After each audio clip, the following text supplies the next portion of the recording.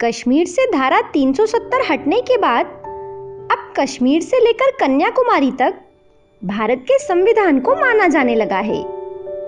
लेकिन हिंदुस्तान का एक गांव ऐसा है जहां आज भी भारत के संविधान को नहीं माना जाता है। यहाँ के लोगों का रहन सहन, तौर तरीका सब कुछ अलग है। आजीविका के लिए ये लोग अफीम उगाते हैं और ये अफीम दुनिया की सबसे बेहतरीन अफीम मानी जाती है। आज के वीडियो में हम इस विचित्र गांव और यहाँ के निवासियों के बारे में जानेंगे। इस गांव का नाम है मलाणा। ये गांव हिमाचल प्रदेश की कुल्लू घाटी में बसा हुआ है। पार्वती और देओ टिब्बा नाम के पहाड़ियों से ये गांव घिरा हुआ है। प्राकृतिक सुंदरता से भरपूर ये गांव आधुनिक दुनिया से अब तक अछूता है। कहते हैं इस गांव का इतिहास बहुत पुराना है।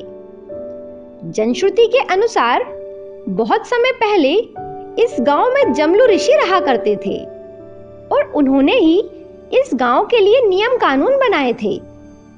इस गांव का लोकतंत्र दुनिया का सबसे प्राचीन लोकतंत्र समझा जाता है। जमलू ऋषि का उल्लेख पुराणों में भी आता है। मलाणा में रहने वाले कुछ निवासी खुद को आर्यों के वंशज मानते हैं, तो गांव के कुछ लोग अपने आप को सिकंदर के सैनिकों का वंशज मानते हैं।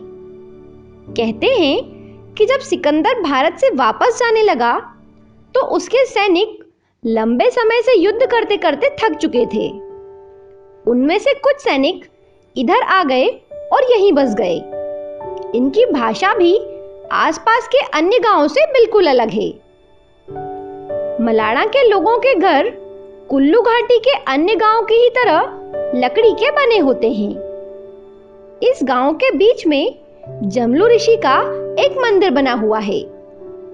मलाणा के निवासी अपने आप को बाकी लोगों से श्रेष्ठ मानते हैं और बाहर से आने वाले किसी भी व्यक्ति को अपने घर, पूजा स्थलों, स्मारकों, कलाकृतियों या दीवारों को छूने की इजाजत नहीं देते और ऐसा करने पर ये सैलानियों से भारी भरकम जुर्माना वसूलते हैं। यहाँ कुछ लोग हर घर के बाहर इसी फिराक में बैठे रहते हैं कि कोई पर्यटक इनके घरों को हाथ लगाए और ये उससे जुर्माना वसूले। यहाँ बाहर से आए लोगों को पूर्व निर्धारित मार्ग पर ही चलना पड़ता है। इसके साथ ही यहाँ अतिथियों या पर्यटकों का कोई सत्कार नहीं किया जाता। इस गांव में उनके रहने की भी कोई व्यवस्था नहीं है। पर्यटक गांव के बाहर बने टेंटों में ही रह सकते हैं। आपके मन में शायद ये ख्याल आ रहा होगा कि जब इस गांव के लोग इतने अव्यवहारिक हैं, तो पर्यटक यहाँ आते ही क्यों हैं? इस प्रश्न का जवाब छुपा हुआ है यहाँ पैदा होने वाली अफीम में, जिसे यहाँ मलाणा क्रीम कहा जाता है। हिमाचल के बेहतरीन प्राकृतिक वातावरण के चलते यहाँ उगने वाली अफीम दुनिया की श्रेष्ठतम मानी जाती है। इसी अफीम के लालच में दुनिया भर के नशेड़ी यहाँ बड़ी संख्या में पहुंचते हैं। कहने को इस मलाणा क्रीम को गांव से बाहर ले जाने पर पाबंदी है, लेकिन ये मलाणा क्रीम बहुत आसानी से अंतर्राष्ट्रीय बाजारों में पहुंच जाती है। इस काम को अंजाम देते हैं यहाँ आने वाले विदेशी पर्यटक और यही लोग इंटरनेट पर चारों तरफ इस गांव की प्रशंसा करते दिखाई देते हैं। लेकिन अगर आपको नशे में कोई रुचि नहीं है तो इस गांव में प्रशंसा के लायक कुछ भी नहीं है। इस गांव में भारत से ज्यादा विदेशी पर्यटक दिखाई देते हैं। नशा प्रेमियों के लिए ये गांव किसी जन्नत से कम नहीं है। ना इस गांव के लोग अतिथि सत्कार को समझते हैं और ना ही व्यवहारिक तौर तरीकों को, लेकिन अपने यहाँ उगने वाली अफीम की कीमत इन्हें भली भांति पता है।